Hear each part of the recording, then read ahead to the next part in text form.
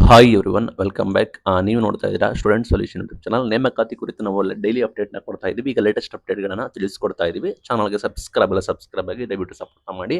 ನಿಮಗೆ ಗೊತ್ತಿರೋಗೆ ನೇಮಕಾತಿ ಗೊಂದಲದ್ದು ಒಳ ಮೀಸಲಾತಿ ಈಗ ಏನಾಗುತ್ತೆ ಅಂದ್ರೆ ವೈಜ್ಞಾನಿಕವಾಗಿ ಹಂಚಿಕೆ ಆಗಿದ್ದು ಕೂಡ ತೊಡಕು ಕೂಡ ಆಗಿದೆ. ಸರ್ಕಾರ ರೋಸ್ಟರ್ ಇಕ್ಕಟ್ಟಿಗೆ ಸಿಲುಕಿದೆ. ಇದು ದೊಡ್ಡ ಸಮಸ್ಯೆ ಕೂಡ ಆಗಿದೆ. ನಿಮಗೆ ಗೊತ್ತಿರೋಗೆ SC ಒಳ ಮೀಸಲಾತಿ ಕುರಿತು ನಿಮಗೆ ಸಾಕಷ್ಟು ಜಟಾಪಟಿ ಕೂಡ ಆಗ್ತಾ ಇದೆ. ಕಾಂಗ್ರೆಸ್ ಒಳಗಡೆ ಸಾಕಷ್ಟು ಮುಖಂಡರು ಕೂಡ ತೀವ್ರ ವಿರೋಧ ವ್ಯಕ್ತಪಡಿಸ್ತಾ ಇದ್ದಾರೆ. ಮಾರ್ಚ್ 27ನೇ ತಾರೀಕು ನಿಮಗೆ ಅಂದ್ರೆ ಮಾರ್ಚ್ 27ರಂದು ನಮಗೆ ವಿಶೇಷ ಸಚಿವ ಸಂಪುಟ ಸಭೆ ಕೂಡ ಇದೆ. ಅಲ್ಲಿ ನಿಮಗೆ ಇದರ ಬಗ್ಗೆ ಮಾಹಿತಿಯನ್ನು ಕೊಡ್ತಾರೆ. ಬಟ್ ಅದು ಅಷ್ಟು ಸುಲಭವಿಲ್ಲ, ಮಾತನಾಡಿ ಬಗೆಹರಿಸುವಷ್ಟು ಸುಲಭ ಇಲ್ಲ ಅಂತ ಹೇಳಿದ್ದಾರೆ. ಈ ಇದರ ಬೆನ್ನಲ್ಲೇ ಆ ಸಮುದಾಯದವರು ಕೂಡ ಸರ್ಕಾರಕ್ಕೆ ತಲೆನೋವಾಗಿದ್ದಾರೆ. ಬಿಕಾಸ್ ಸರ್ಕಾರದ ವಿರುದ್ಧ ಅವರು ಪ್ರತಿಭಟನೆ ಕೂಡ ಮಾಡ್ತಾ ಇದ್ದಾರೆ. ಸುಪ್ರೀಂ ಕೋರ್ಟ್ ತೀರ್ಪಿನ ಹಿನ್ನೆಲೆಯಲ್ಲಿ ಒಳ ಮೀಸಲಾತಿ ಜಾರಿಗೊಳಿಸುವುದಿರುವ ಸಾಧಕ ಬಾಧಕಗಳ ಬಗ್ಗೆ ಸಚಿವ ಸಂಪುಟದಲ್ಲಿ ಚರ್ಚೆ ಕೂಡ ಮಾಡ್ತಾರಂತೆ. ಸರ್ಕಾರ ಏನ್ ಮಾಡಬೇಕು, ಸಚಿವರ ಅಭಿಪ್ರಾಯ ಏನೆಲ್ಲ ಮಾಡಿ ಸರ್ಕಾರ ಏನಾದ್ರು ಅಡಚಣೆ ಎಂದರೆ ರೋಸ್ಟರ್ ಬಿಂದು ನಿಗದಿಪಡಿಸೋದು, ರೋಸ್ಟರ್ ಬಿಂದುನ ಸರಿಪಡಿಸೋದು, ಮೀಸಲಾತಿ ವರ್ಗೀಕರಣ ಆಗಿರ್ಬೋದು, ನಂತರ ನೇಮಕಾತಿಯಲ್ಲಿ ಯಾವ ಸಂಬಂಧಕ್ಕೆ ಎಷ್ಟು ಸ್ಥಾನ ಬೇಕು ಅನ್ನೋದನ್ನ ರೋಸ್ಟರ್ ಬಿಂದು ನಿರ್ಧರಿಸುತ್ತೆ. ಇದನ್ನು ವೈಜ್ಞಾನಿಕವಾಗಿ ಮಾಡಬೇಕು ಅಂತ ಹೇಳಿದ್ದಾರೆ. ಸರ್ಕಾರಿ ನೇಮಕಾತಿಯಲ್ಲಿ ಪಾರದರ್ಶಕತೆ ಕಾಪಾಡಬೇಕು, ರೋಸ್ಟರ್ ಪದ್ಧತಿ ಅತ್ಯಗತ್ಯ. ಹಾಗಾಗಿ ಒಳ ಮೀಸಲಾತಿ ತಿದ್ದುಪಡಿ ಮಾಡಬೇಕು, ಎಡಗೈ ಬಲಗೈ ಸಮುದಾಯಕ್ಕೆ ಸಮಾನ ಹಂಚಿಕೆ ಕೂಡ ಮಾಡಬೇಕು ಅಂತ ಕೂಡ ಹೇಳಿದ್ದಾರೆ. ಇದು ಸವಾಲಿನ ಕೆಲಸ ಕೂಡ ಆಗಿದೆ. ಬಂದ್ಬಿಟ್ಟು ಸರ್ಕಾರ ಇದನ್ನು ಜಾರಿಗೊಳಿಸಬೇಕಾ, ಮುಂದೂಡಬೇಕಾ ಅಂತ ಸಮಸ್ಯೆ ಕೂಡ ಆಗಿದೆ. ವಿವಿಧ ಸಮುದಾಯಗಳು ಕೂಡ ಹಿತಾಸಕ್ತಿಯನ್ನು ಕಾಪಾಡಬೇಕಾಗುತ್ತೆ. ಯಾವುದೇ ಧರ್ಮಕ್ಕೆ ವರ್ಗಕ್ಕೆ ಅನ್ಯಾಯ ಆಗಬಾರದು ಅಂತ ಡಿಸಿಷನ್ ತೆಗೆದುಕೊಳ್ಬೇಕಾಗುತ್ತೆ. ಈ ನಿಟ್ಟಿನಲ್ಲಿ ಸಮಸ್ಯೆ ಕೂಡ ಆಗಿದೆ.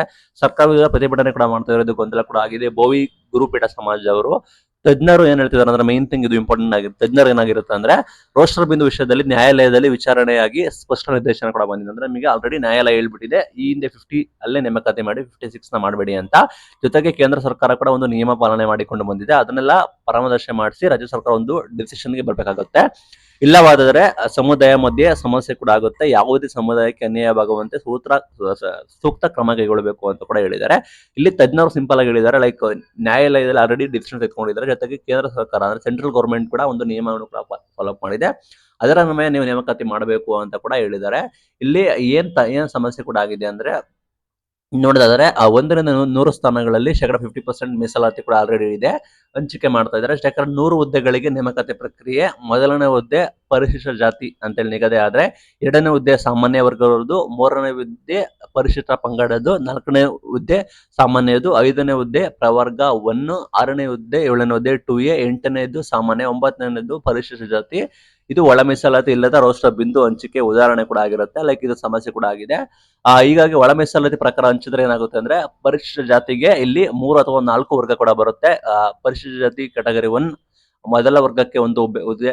ನಿಮಗೆ ಸಿಂಪಲ್ ಆಗಿ ಹೇಳ್ತಾ ಇದ್ದೀನಿ. ಈಗ 100 ಹುದ್ದೆಗಳಲ್ಲಿ 10 ಹುದ್ದೆಗಳನ್ನ ನಮಗೆ ಯಾವ ರೀತಿ ಡಿವೈಡ್ ಮಾಡ್ತಾ ಇದ್ದಾರೆ ಅಂತ ಮುಂಚೆ ನಿಮ್ಗೆ ಹೇಳ್ತೀನಿ.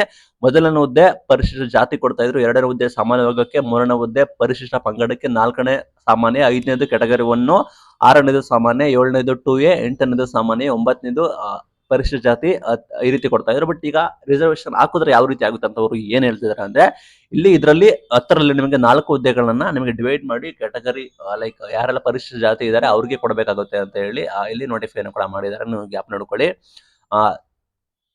ಪರಿಶಿಷ್ಟ ಜಾತಿ ಅಲ್ಲಿ ನಿಮಗೆ ಪರಿಶಿಷ್ಟ ಜಾತಿಯಲ್ಲೇ ಪ್ರವರ್ಗ 1, ಪ್ರವರ್ಗ 2 ಈ ರೀತಿ ಕೂಡ ಬರುತ್ತೆ. ಆ ರೀತಿ ಕೊಡಬೇಕಾಗುತ್ತೆ. ಇದು ಸಮಸ್ಯೆ ಕೂಡ ಆಗುತ್ತೆ. ಇದು ಆಕ್ರೋಶ ಕೂಡ ವ್ಯಕ್ತಪಡಿಸ್ತಾ ಇದ್ದಾರೆ. ಇದು ಸರ್ಕಾರಕ್ಕೆ ತಲೆಬಿಂದು ಕೂಡ ಆಗಿದೆ. ತಲೆ ಬಿಸಿ ಆಗಿದೆ ಅಂತ ಇಷ್ಟಪಡ್ತೀನಿ.